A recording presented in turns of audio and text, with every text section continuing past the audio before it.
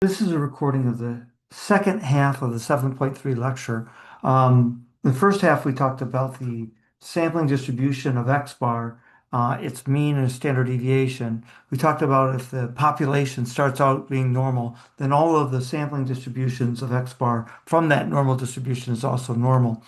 In this last part, we're going to talk about the central limit theorem.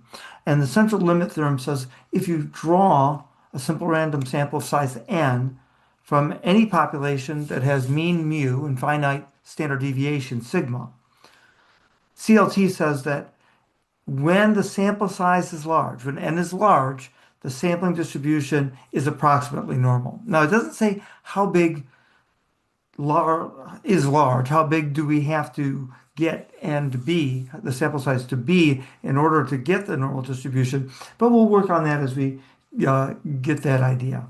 Let's take a look at why that might be, though. Um, Here is a series of distributions. The one on the top in gray is a really weird distribution. It's trimodal. It's not symmetric. It's just very unusual distribution. And what we have is a series of histograms based on, these are the histograms, these are the distribution of sample means with different sample sizes. So for example, if the sample size is 2, we get this distribution. Now what's going on here? What I want you to kind of see is like, imagine one of the things being chosen was from here, and one of them was from here. And that way, when we take the average, we end up kind of filling that gap right there. Or maybe one of them's from here and one of them from here, and you end up getting something like that. Or maybe both of them are from here, you end up with there. Both of them from here, you end up there. Both of them from here, or one from here, and you end up with something in the middle. So you can see how these new mounds happen. But a funny thing happens as you increase the sample size. What happens if you have sample size of 5? Well, that's looking much more unimodal, right? What about a sample size of 10? Unimodal and looking maybe just a little bit skewed to the right, but by the time we get to 25, that distribution looks approximately normal. And that's what the CLT says. It says if you increase the sample size, the distribution of sample mean is going to become approximately normal. Let me see if I can show you in one other demonstration how this looks. First of all, I want you to start out with the idea that at one time in my classroom, I had a large collection of pennies. And I had my students make a really, really big histogram. Down here are the oldest pennies from the 1940s. And up here are the youngest pennies. And the last time I did this was like in 2010. So this is like 2010 penny. But most of the pennies were somewhere in between. And we can clearly see that this distribution is skew left, right? So what did I do with all that data? Well, I made a list of that data, and that list is right here. It has 2,100 elements in it because there are 2,100 pennies in that collection. And there's the dot plot of those. And you can see that it's looking very similar to the histogram that I had the students make with the actual pennies. Now, here's this idea that I want to get out of this. I can issue a command that says find the mean of taking a random sample from the list called P. That's the list that has all the pennies in them. And I'll just say 1. Okay? And a randomly chosen penny had the year 2002 as its date. And if I hit this, I get a different penny, a different penny, a different penny. Well, I can issue another command, and I'm going to say, I'm going to put it into a new list called S, and I am going to get a bunch of samples of size 1. say from I, how many samples? How about, um, let's see what the command is. For I equal, and then I gotta put a list here. Let's start with, I don't know, 100 samples. So now this is a list, and each number in this list is the mean of a sample of size one. So really that's like 1 penny, right? And I called that list S, and now I can do a dot plot of that list S, capital S. There we go.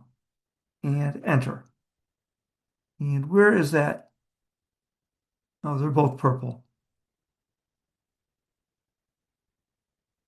Change the color? No, I guess not. Anyway, there's that list, right? I really like it to be a different color. No, I don't know what to do about that. Well, that's size one. And that, let me do more. Instead of 100, let's do 1,000. And you might say, boy, that looks a lot like the population in terms of its shape. But what happens if I make the sample size 2? Does that look the same? No, that's looking a little less, still kind of skew. How about if I go to sample size 3? Still a little bit less skew? 4, 5? How about 6? Oops, undo. Sample size of 6. There we go. And the bigger I make the sample size, the more this is looking normal. And if I could do a bunch of different sample size 8s, they're pretty much all normal. And if I go even bigger, they will get even more and more normal. And that's the idea of the central limit theorem, that if I make the sample size large enough, the distribution of sample means is approximately normal. All right? So what do we notice? That these distributions get more and more normal. Now, the central limit theorem doesn't say how big the sample size is going to be, but the College Board thinks, and many textbooks think, that even the most weird um, population distribution can be made normal if we get the sample size up to 30. So we're going to say if our sample size is at least 30, we know that the distribution of sample means is going to be approximately normal no matter what the population distribution looks like. Let's summarize it. If the population starts out normal, then the sampling distribution of X bar is normal. It doesn't say normal, it says no. Normal, no matter what the sample size is. If the sample size is not normal, the CLT, the central limit theorem, says the distribution will be approximately normal if the sample size is 30 or greater. Let's see this in action. It says, your company has a contract to perform preventive maintenance on thousands of air conditioning units in a large city. Based on service records from the last year, the time and hour that a technician requires to complete the work follows a distribution whose density curve is shown to the left. This one right here. Distinctly not normal, very right skewed. This distribution is right skewed, and the most likely outcomes are close to 0. The mean time is 1 hour, and the standard deviation is also 1 hour. In the coming week, your company will service a simple random sample of 70 air conditioners. You plan to budget 1.1 hours per unit for the technician to complete their work. Will this be enough?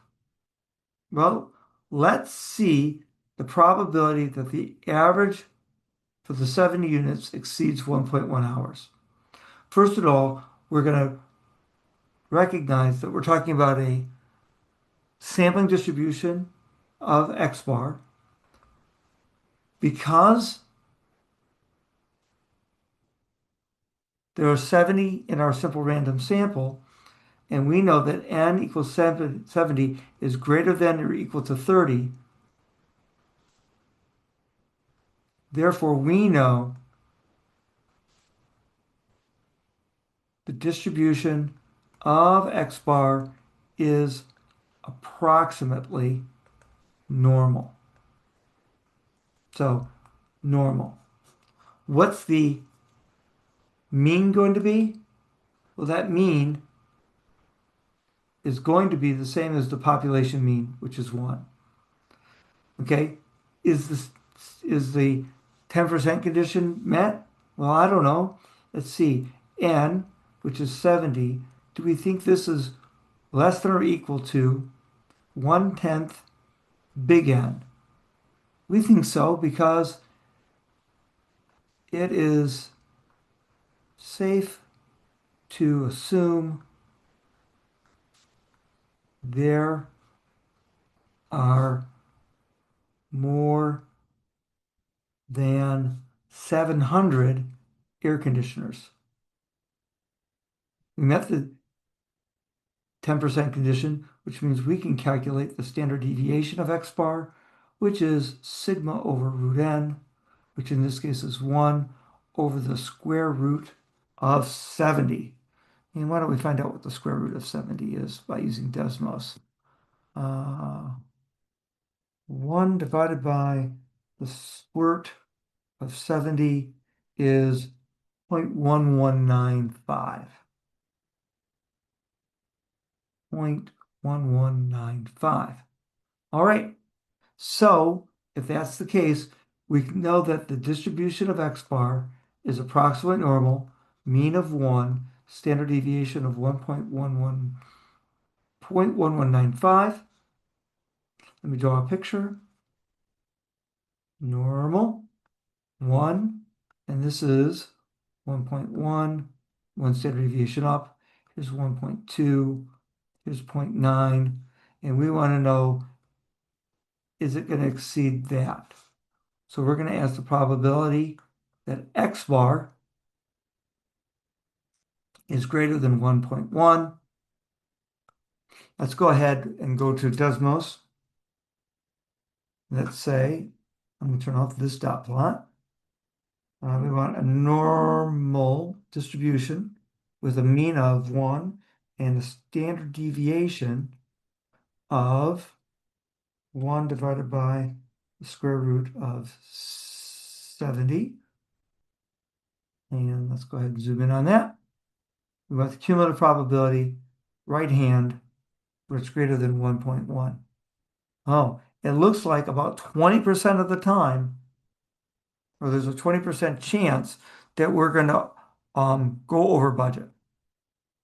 That this is equal to 0.21. What is that? 0.21, sorry, 0.201. Our conclusion, there is a 20.1% chance the time, the average time, the mean time will exceed 1.1 hours. Right? And that's us using the central limit theorem to get it to be a normal distribution so we can use all those great normal tools. And that concludes our discussion of 7.3.